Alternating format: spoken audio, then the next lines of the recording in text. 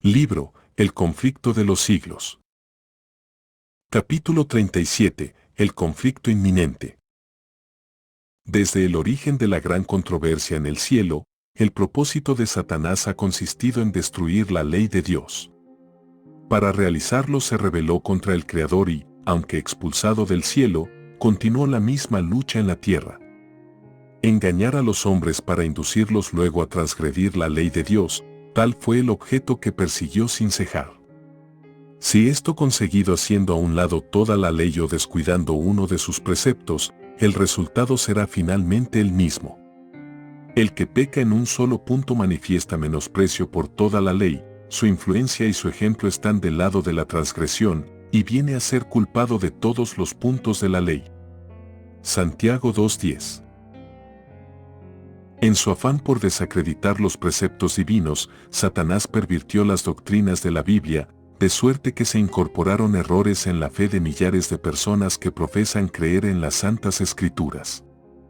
El último gran conflicto entre la verdad y el error no es más que la última batalla de la controversia que se viene desarrollando desde hace tanto tiempo con respecto a la ley de Dios. En esta batalla estamos entrando ahora.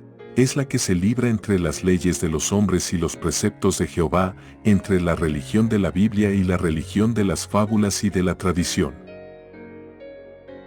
Los elementos que se coligarán en esta lucha contra la verdad y la justicia están ya obrando activamente.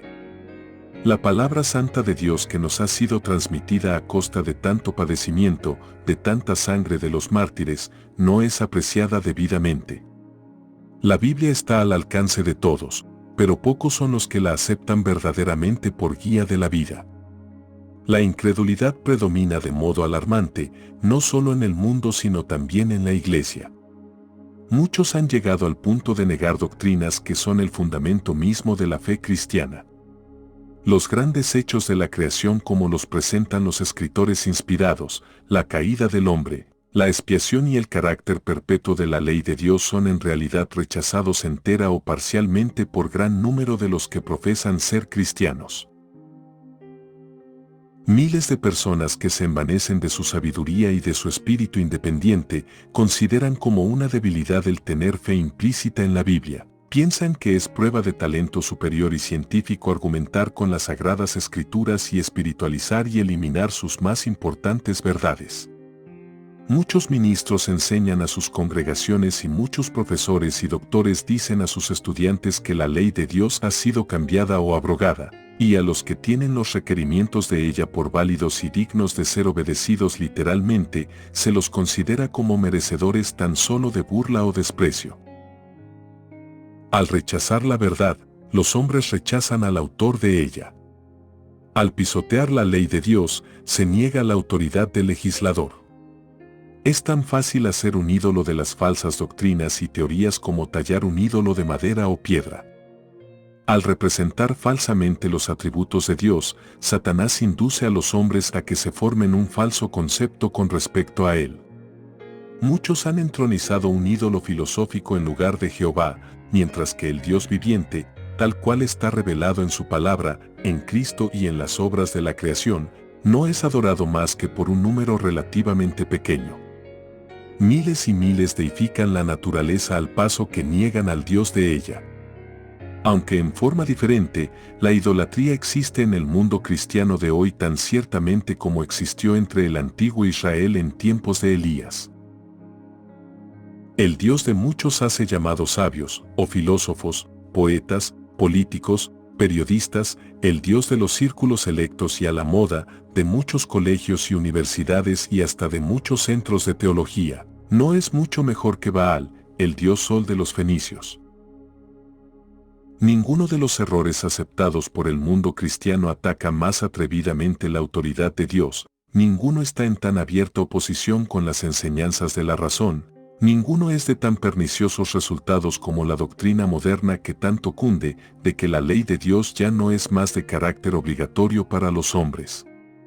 Toda nación tiene sus leyes que exigen respeto y obediencia, ningún gobierno podría subsistir sin ellas. ¿Y es posible imaginarse que el Creador del cielo y de la tierra no tenga ley alguna para gobernar los seres a los cuales creó?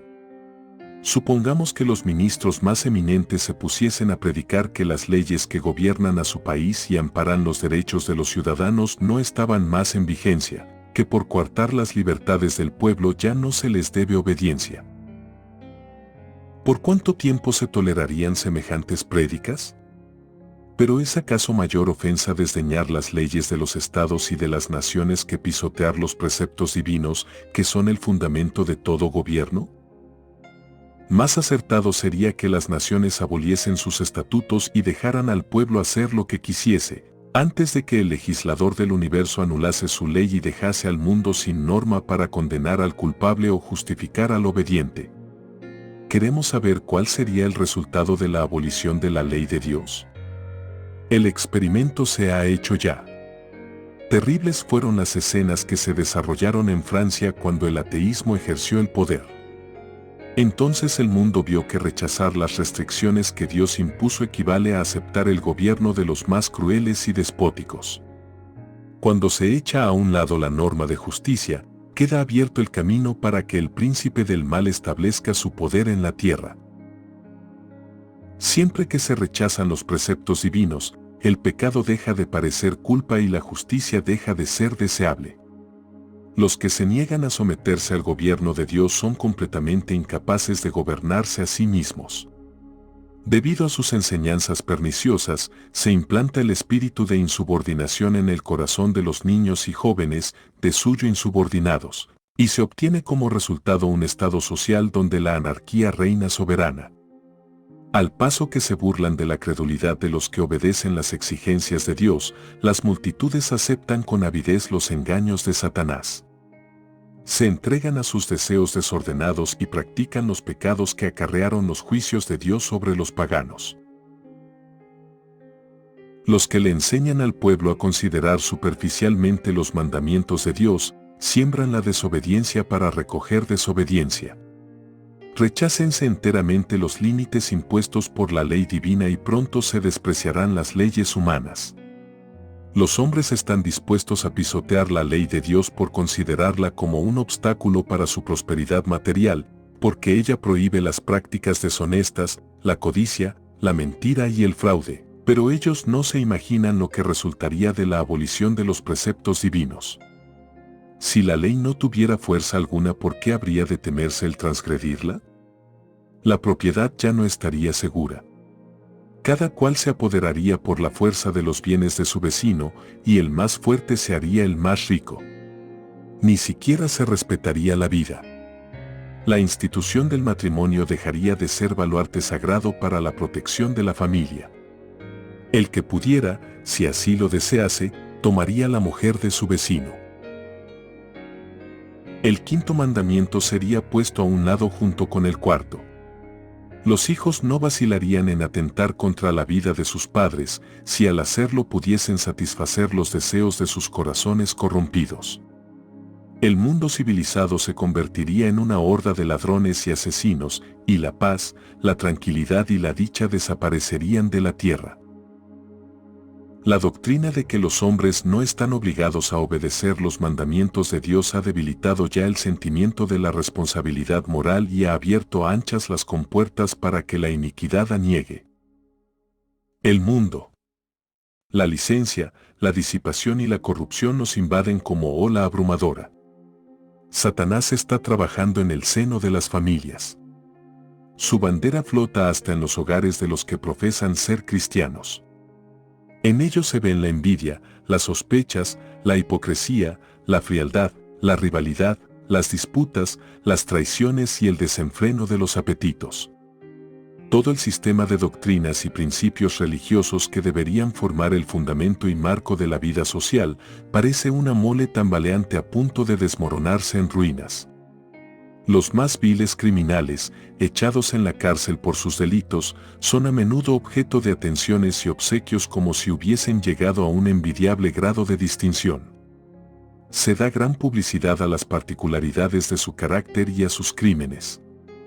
La prensa publica los detalles escandalosos del vicio, iniciando así a otros en la práctica del fraude, del robo y del asesinato, y Satanás se regocija del éxito de sus infernales designios. La infatuación del vicio, la criminalidad, el terrible incremento de la intemperancia y de la iniquidad en toda forma y grado, deberían llamar la atención de todos los que temen a Dios para que vieran lo que podría hacerse para contener el desborde del mal. Los tribunales están corrompidos. Los magistrados se dejan llevar por el deseo de las ganancias y el afán de los placeres sensuales. La intemperancia ha obcecado las facultades de muchos, de suerte que Satanás los dirige casi a su gusto. Los juristas se dejan pervertir, sobornar y engañar. La embriaguez y las orgías, la pasión, la envidia, la mala fe bajo todas sus formas se encuentran entre los que administran las leyes. La justicia se mantiene a lo lejos, por cuanto la verdad está caída en la calle y la rectitud no puede entrar. Isaías 59:14. La iniquidad y las tinieblas espirituales que prevalecieron bajo la supremacía papal fueron resultado inevitable de la supresión de las sagradas escrituras. Pero ¿dónde está la causa de la incredulidad general, del rechazamiento de la ley de Dios y de la corrupción consiguiente bajo el pleno resplandor de la luz del Evangelio en esta época de libertad religiosa? Ahora que Satanás no puede gobernar al mundo negándole las escrituras, recurre a otros medios para alcanzar el mismo objeto. Destruir la fe en la Biblia responde tan bien a sus designios como destruir la Biblia misma. Insinuando la creencia de que la ley de Dios no es obligatoria, empuja a los hombres a transgredirla tan cegaramente como si ignorasen los preceptos de ella. Y ahora, como en tiempos pasados, obra por intermedio de la Iglesia para promover sus fines. Las organizaciones religiosas de nuestros días se han negado a prestar atención a las verdades impopulares claramente enseñadas en las Santas Escrituras y al combatirlas, han adoptado interpretaciones y asumido actitudes que han sembrado al vuelo las semillas del escepticismo. Aferrándose al error papal de la inmortalidad natural del alma y al del estado consciente de los muertos, han rechazado la única defensa posible contra los engaños del espiritismo. La doctrina de los tormentos eternos ha inducido a muchos a dudar de la Biblia. Y cuando se le presenta al pueblo la obligación de observar el cuarto mandamiento, se ve que ordena reposar en el séptimo día, y como único medio de librarse de un deber que no desean cumplir, muchos de los maestros populares declaran que la ley de Dios no está ya en vigencia. De este modo rechazan al mismo tiempo la ley y el sábado. A medida que adelante la reforma respecto del sábado, esta manera de rechazar la ley divina para evitar la obediencia al cuarto mandamiento se volverá casi universal. Las doctrinas de los caudillos religiosos han abierto la puerta a la incredulidad, al espiritismo y al desprecio de la santa ley de Dios, y sobre ellos descansa una terrible responsabilidad por la iniquidad que existe en el mundo cristiano. Sin embargo, esa misma clase de gente asegura que la corrupción que se va generalizando más y más debe achacarse en gran parte a la violación del así llamado Día del Señor, domingo, y que, si se hiciese obligatoria la observancia de este día, mejoraría en gran manera la moralidad social. Esto se sostiene especialmente en los Estados Unidos de Norteamérica, donde la doctrina del verdadero día de reposo, o sea el sábado, se ha predicado con más amplitud que en ninguna otra parte.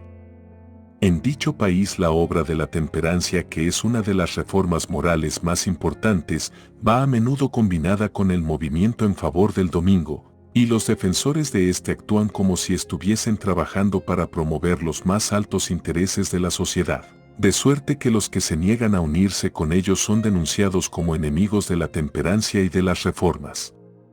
Pero la circunstancia de que un movimiento encaminado a establecer un error esté ligado con una obra buena en sí misma, no es un argumento en favor del error. Podemos encubrir un veneno mezclándolo con un alimento sano, pero no por eso cambiamos su naturaleza. Por el contrario, lo hacemos más peligroso, pues se lo tomará con menos recelo. Una de las trampas de Satanás consiste en mezclar con el error una porción suficiente de verdad para cohonestar aquel. Los jefes del movimiento en favor del domingo pueden propagar reformas que el pueblo necesita, principios que estén en armonía con la Biblia, pero mientras mezclen con ellas algún requisito en pugna con la ley de Dios, Los siervos de Dios no pueden unirse a ellos. Nada puede autorizarnos a rechazar los mandamientos de Dios para adoptar los preceptos de los hombres. Merced a los dos errores capitales, el de la inmortalidad del alma y el de la santidad del domingo, Satanás prenderá a los hombres en sus redes. Mientras aquel forma la base del espiritismo, este crea un lazo de simpatía con Roma. Los protestantes de los Estados Unidos serán los primeros en tender las manos a través de un doble abismo al espiritismo y al poder romano, y bajo la influencia de esta triple alianza ese país marchará en las huellas de Roma, pisoteando los derechos de la conciencia. En la medida en que el espiritismo imita más de cerca al cristianismo nominal de nuestros días, tiene también mayor poder para engañar y seducir. De acuerdo con el pensar moderno, Satanás mismo se ha convertido. Se manifestará bajo la forma de un ángel de luz. Por medio del espiritismo han de cumplirse milagros, los enfermos sanarán y se realizarán muchos prodigios innegables. Y como los espíritus profesarán creer en la Biblia y manifestarán respeto por las instituciones de la Iglesia, su obra será aceptada como manifestación del poder divino. La línea de separación entre los que profesan ser cristianos y los impíos es actualmente apenas perceptible. Los miembros de las iglesias aman lo que el mundo ama y están listos para unirse con ellos. Satanás tiene resuelto unirlos en un solo cuerpo y de este modo robustecer su causa atrayéndolos a todos a las filas del espiritismo. Los papistas, que se jactan de sus milagros como signo cierto de que su iglesia es la verdadera, serán fácilmente engañados por este poder maravilloso, y los protestantes, que han arrojado de sí el escudo de la verdad, serán igualmente seducidos. Los papistas, los protestantes y los mundanos aceptarán igualmente la forma de la piedad sin el poder de ella, y verán en esta unión un gran movimiento para la conversión del mundo y el comienzo del milenio tan largamente esperado. El espiritismo hace aparecer a Satanás como benefactor de la raza humana, que sana las enfermedades del pueblo y profesa presentar un sistema religioso nuevo y más elevado, pero al mismo tiempo obra como destructor. Sus tentaciones arrastran a multitudes a la ruina. La intemperancia destrona la razón, los placeres sensuales, las disputas y los crímenes la siguen. Satanás se deleita en la guerra, que despierta las más viles pasiones del alma y arroja luego a sus víctimas, sumidas en el vicio y en la sangre, a la eternidad. Su objeto consiste en hostigar a las naciones a hacerse mutuamente la guerra, pues de este modo puede distraer los espíritus de los hombres de la obra de preparación necesaria para subsistir en el día del Señor. Satanás obra asimismo por medio de los elementos para cosechar muchedumbres de almas aún no preparadas. Tiene estudiados los secretos de los laboratorios de la naturaleza y emplea todo su poder para dirigir los elementos en cuanto Dios se lo permita. Cuando se le dejó que afligiera a Job, cuán prestamente fueron destruidos rebaños, ganado, sirvientes, casas e hijos, en una serie de desgracias, obra de un momento. Es Dios quien protege a sus criaturas y las guarda del poder del destructor. Pero el mundo cristiano ha manifestado su menosprecio de la ley de Jehová, y el Señor hará exactamente lo que declaró que haría. Alejará sus bendiciones de la tierra y retirará su cuidado protector de sobre los que se rebelan contra su ley y que enseñan y obligan a los demás a hacer lo mismo. Satanás ejerce dominio sobre todos aquellos a quienes Dios no guarda en forma especial. Favorecerá y hará prosperar a algunos para obtener sus fines y atraerá desgracia sobre otros, al mismo tiempo que hará creer a los hombres que es Dios quien los aflige. Al par que se hace pasar ante los hijos de los hombres como un gran médico que puede curar todas sus enfermedades, Satanás producirá enfermedades y desastres al punto que ciudades populosas sean reducidas a ruinas y desolación. Ahora mismo está obrando. Ejerce su poder en todos los lugares y bajo mil formas, en las desgracias y calamidades de mar y tierra, en las grandes conflagraciones, en los tremendos huracanes y en las terribles tempestades de granizo, en las inundaciones, en los ciclones, en las mareas extraordinarias y en los terremotos. Destruye las mieses casi maduras y a ellos siguen la hambruna y la angustia. Propaga por el aire emanaciones mefíticas y miles de seres perecen en la pestilencia. Estas plagas irán menudeando más y se harán más y más desastrosas. La destrucción caerá sobre hombres y animales. La tierra se pone de luto y se marchita, desfallece la gente encumbrada de la tierra.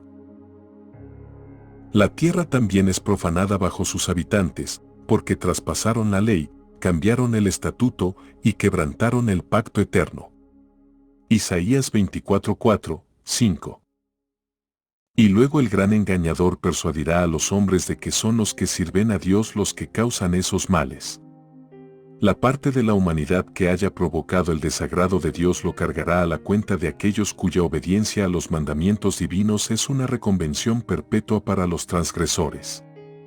Se declarará que los hombres ofenden a Dios al violar el descanso del domingo, que este pecado ha atraído calamidades que no concluirán hasta que la observancia del domingo no sea estrictamente obligatoria, y que los que proclaman la vigencia del cuarto mandamiento, haciendo con ello que se pierda el respeto debido al domingo y rechazando el favor divino, turban al pueblo y alejan la prosperidad temporal. Y así se repetirá la acusación hecha antiguamente al siervo de Dios y por motivos de la misma índole, y sucedió, luego que Acab vio a Elías, que le dijo a Acab: ¿Estás tú aquí, perturbador de Israel?